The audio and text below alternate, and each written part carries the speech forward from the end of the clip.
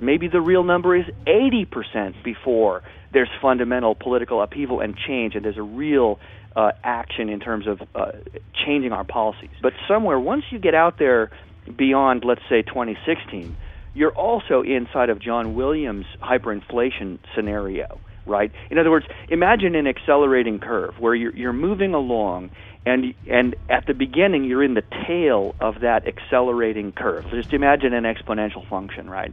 So you're in the long tail, you're heading into it, right? And the probability of hyperinflation is increasing, but it's very, very gradual. At first, it's a very, very low probability event, and that's where we are now. We're still on the sort of the long leading edge of that curve, so to speak, right? But as you move into about 2016, that curve is accelerating, and eventually it actually goes vertical, and it becomes 100% probability of hyperinflation. That's exactly what John Williams is saying, right?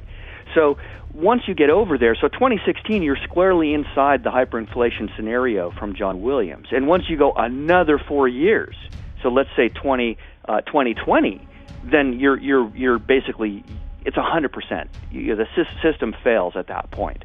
But will change happen before, or will change happen when that catastrophic collapse happens?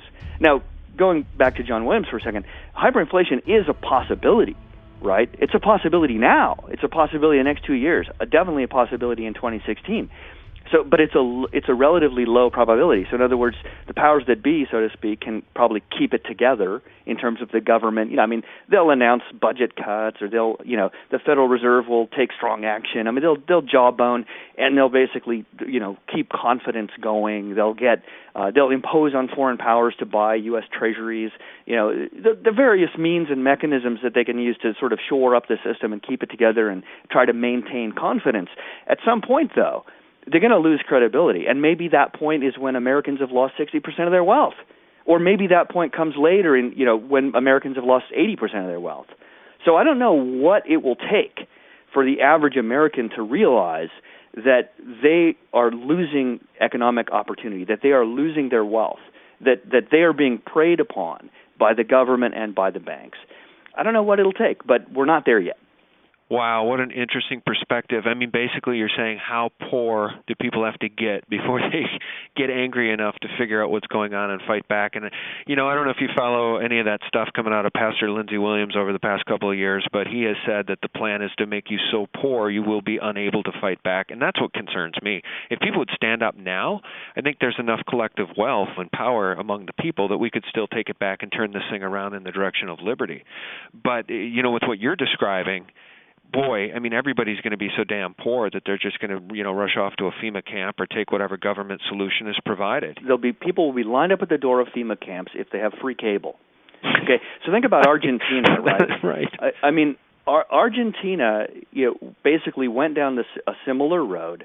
I mean, they basically were plundered by international bankers, with special thanks to the IMF, right? So, you know, as they approached their currency crisis around the year 2000. So, you know, the people of Argentina didn't turn out in the streets until the banks closed, right? So it was already too late. Their pension funds were lost, their bank accounts were lost, they lost their wealth, they were wiped out. And that's what's happening here. Ugh. Wow. Can we circle back to the derivatives issue for a second? Because one thing that I see people comment about a lot is that they believe that the derivative $708 trillion, it's just paper. It's really meaningless. None of that really matters because it was just made up out of thin air, and it shouldn't impact the common man. That's what a lot of people believe. They think the derivatives really don't matter. But when we're talking about a system of leverage, built on leverage to infinity, derivatives do matter because they can't be unwound safely, can they, Ron?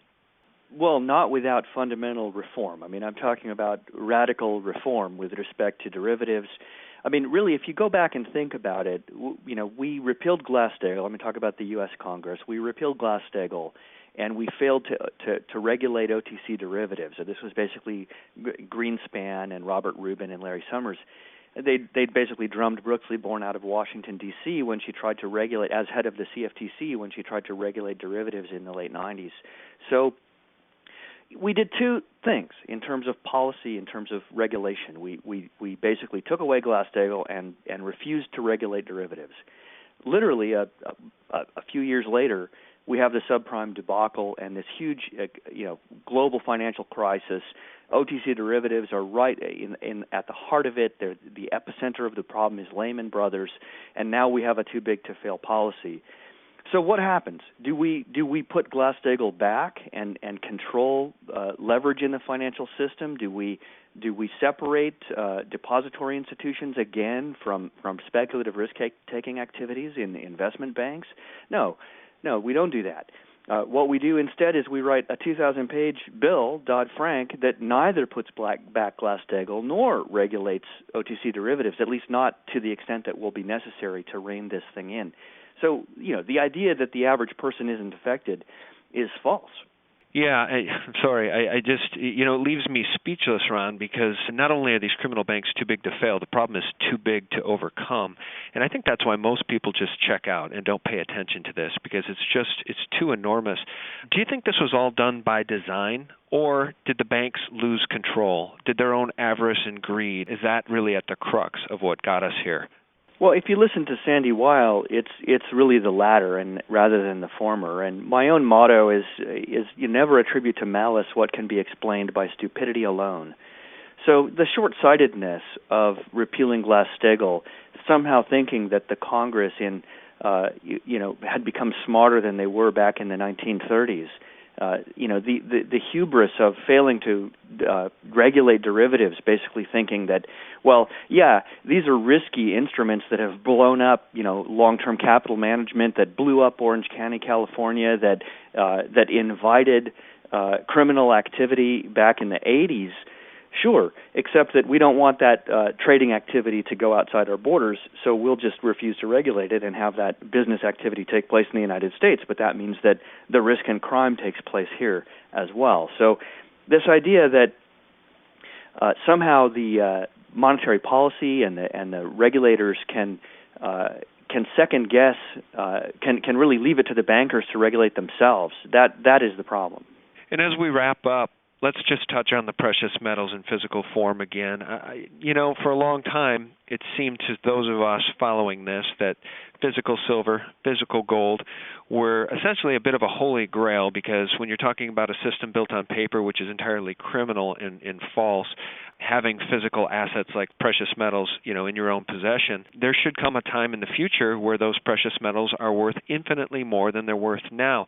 Do you see it that way, or do you sort of take the position that precious metals are just a smart asset allocation and should be a small portion of an overall portfolio? What's your take on metals, and where do you see them going? The crimes are being papered over, and what we're talking about is money printing and the race to the bottom in terms of the currencies, which means that, alternative currencies that don't get debased, like gold and potentially silver or even platinum group metals, well, that's where you'd want to have your money, isn't it? Yes. Look, we're looking at a situation because of too big to fail and other issues, the spread between the real economy and the financial sector. What we're looking at is currency debasement. I don't see any way to do that unless there's fundamental reform and fundamental change in our policies. And so that means that real assets are going to hold your purchasing power, and paper assets, whether those are currencies or even stocks, will not necessarily do that. So what I think is that gold is a currency, and that it's an alternative currency that is just not subject to the kind of inflationary pressures that the dollar and the euro and the British pound and the yen are subject to. The U.S. is on an unsustainable course that eventually will lead to a hyperinflation, and I don't think there can be any doubt about that if you just look at the numbers. There's no scenario of economic growth or taxation that will allow the U.S. to meet its obligations. And so you can extrapolate from there that the Federal Reserve will have to create more money in the financial system in order to cover those obligations, and that money will progressively lose purchasing power, so that the real liability to the government is reduced. In other words, they might nominally meet the demands that are upon them for Social Security and Medicare and other unfunded liabilities, but they won't meet those obligations in today's dollars. They will meet those obligations in future devalued dollars, less valuable dollars. So that's one reason to own hard assets, and that's one reason why gold is a superior currency. In reality, the market already has chosen gold as the new world reserve currency. That's reality. sovereign nations and central banks are buying gold. Investors are buying gold. This is a currency, and it is the market that's choosing it, regardless of what Bernanke says and regardless of what the banks try to do. And do you mind if I press you on silver? What is your thoughts on physical silver? A lot of silver bugs in our camp. Well, I'm obviously very bullish on silver. My own model portfolio is 35% silver stocks. My silver stocks were up 165% in 2011. The jury's still out for 2012. Obviously, so far it's been a tougher year. I'm thinking there might be a rally in gold towards the end of the year that should help carry silver upward. But the supply and demand situation for silver is very bullish. Also, most of the silver that's produced is produced as a byproduct of base metals mining. And so with a slowdown in China or in any kind of industrial slowdown scenario, you're going to see the silver supply actually contract. So that would drive prices up and make primary silver producers very attractive, potentially as investments. Well, Ron, you're an extremely articulate speaker and obviously a very intelligent fellow. Why don't you tell people how they can subscribe to your service, or tell us more about Hera Research? Sure. Well, other than physical hard assets, I actually invest in companies that produce natural resources, and I cover a lot of precious metals. My model portfolio is about 20-30% gold, about 35% silver, and the rest of it is things like platinum group metals, uranium, some copper, some oil and gas, those kinds of things. So I try to cover the resource spectrum, and what I do is I publish a monthly resource company analysis that includes my watch list, including new companies every month, and my model portfolio, and those are my own investments. So I'm not paid by companies. It's not promotional material. This is my own investment research. People can find that where? At heraresearch.com? Right, HERAresearch.com. Ron, you're a really fascinating guy. I really appreciate your time. I really genuinely enjoyed this. Thank you. Yeah, me too. It's interesting to get acquainted with you. I mean, we're on the same frequency here. Ron Hera, founder of heraresearch.com. Thanks so much for your time. We really appreciate it. Thanks for having me on. Okay, and stay in touch with us. If there's any breaking news on your end, Ron, you can give me a call and we'll get you back on anytime. Will do. Talk to you later. Appreciate your time. Bye. All right, bye. Well, that does it, guys. Thanks so much for watching, sharing, liking, and spreading this information with friends and family. Together, we can take liberty back. And check out my new website, thelibertymill.com. Real news, 24/7. Thanks for watching. Good night.